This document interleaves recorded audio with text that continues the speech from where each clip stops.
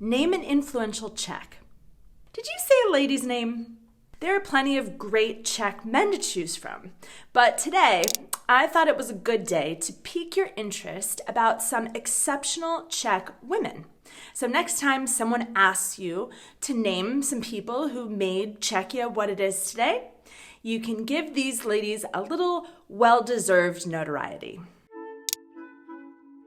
Magdalena Dobromila Retigová is the mother of Czech cuisine.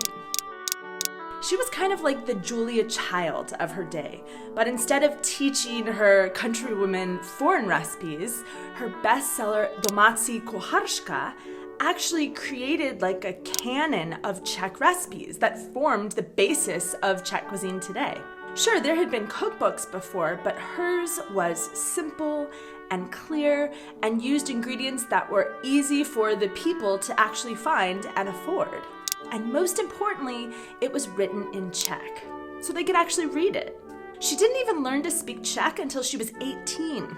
She was educated in German, but she became a huge Czech patriot. She wrote poetry and prose and was a leading activist in the Czech national revivalist movement. She also founded a library and taught Czech girls economics and cooking and housework and Czech literature. Her 1826 cookbook was a massive bestseller and is still being sold.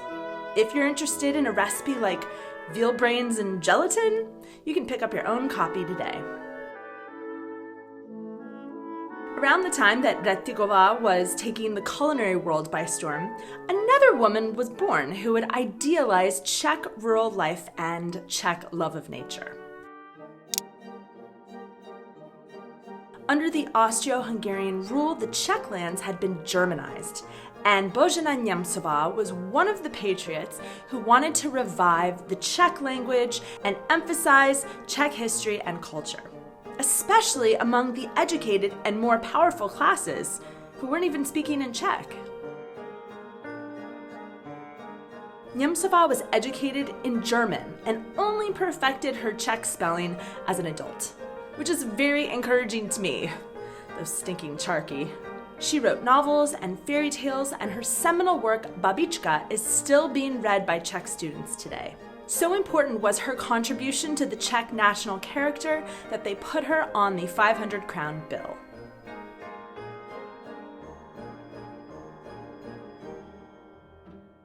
To paraphrase the saying, behind the greatest Czech men were some of the greatest Czech women. And those women had the right to vote largely thanks to this Czech woman. Actually, she was American.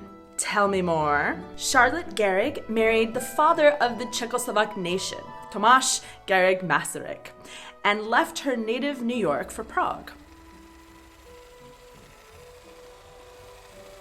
And no, they were not first cousins, but he took her last name as his middle name.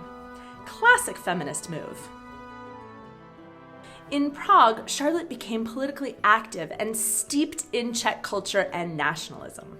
While TGM was forced into exile in London during World War I, Charlotte stayed in Prague with 3 of their children and was persecuted throughout the war. Her influence on her husband and on society helped shape the Czechoslovak women's movement and the women's right to vote, which has been guaranteed since the founding of the Czechoslovak nation. One of the first nations to do so. TGM said about his wife, "Without her, I would not have clarified the meaning of life and my political task." Resistance, thy name is Milada. Milada Horáková was a lawyer and a politician. She worked for the Women's National Council because she had a reasonable request. She wanted women to be hired for jobs due to their qualifications and their quality of work, just like men. During World War II, she resisted the Nazis and spent 4 years in camps and prisons. She openly criticized the communist regime, and for that, she had to be punished. She became the enemy of the regime. And though she could have fled abroad, she decided to stay. So strong were her convictions. The communists subjected her to a show trial to intimidate anyone who might consider dissent. She was ordered to read from a script, but instead she defended herself publicly, and it was broadcast on the radio. And for this, she was sentenced to death. The international community, including Einstein, Churchill, and Eleanor Roosevelt, protested her death sentence. She was hanged in 1950 under the orders of Joseph Stalin.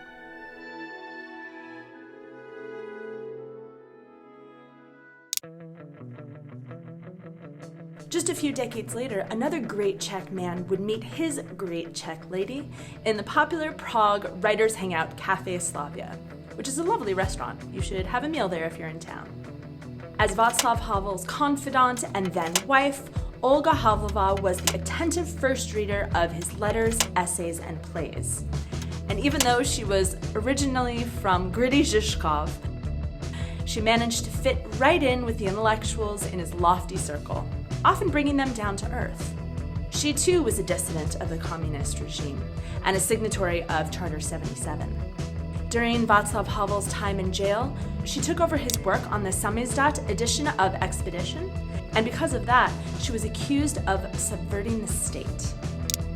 She created the Olga Havlova Foundation, Committee of Goodwill. The purpose was to bring dignity and humanity for the homes for children, the orphanages, and the homes for disabled people.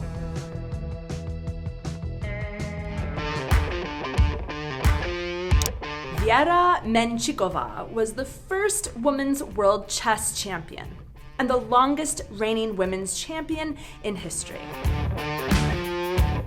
Her 8 world championship wins are the most recorded in all time.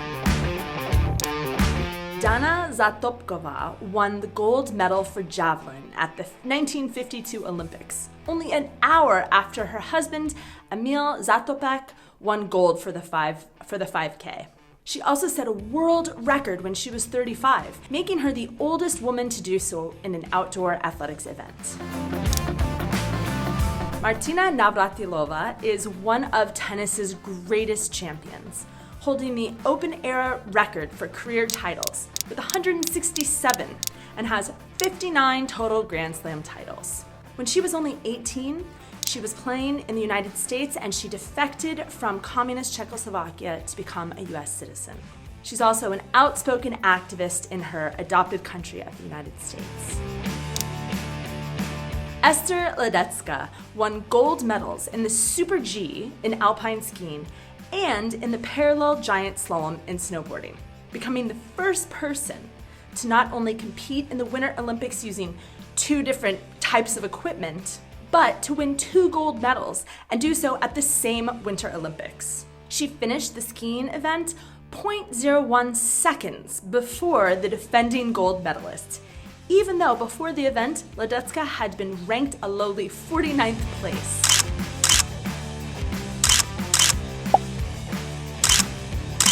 And she did it on borrowed skis.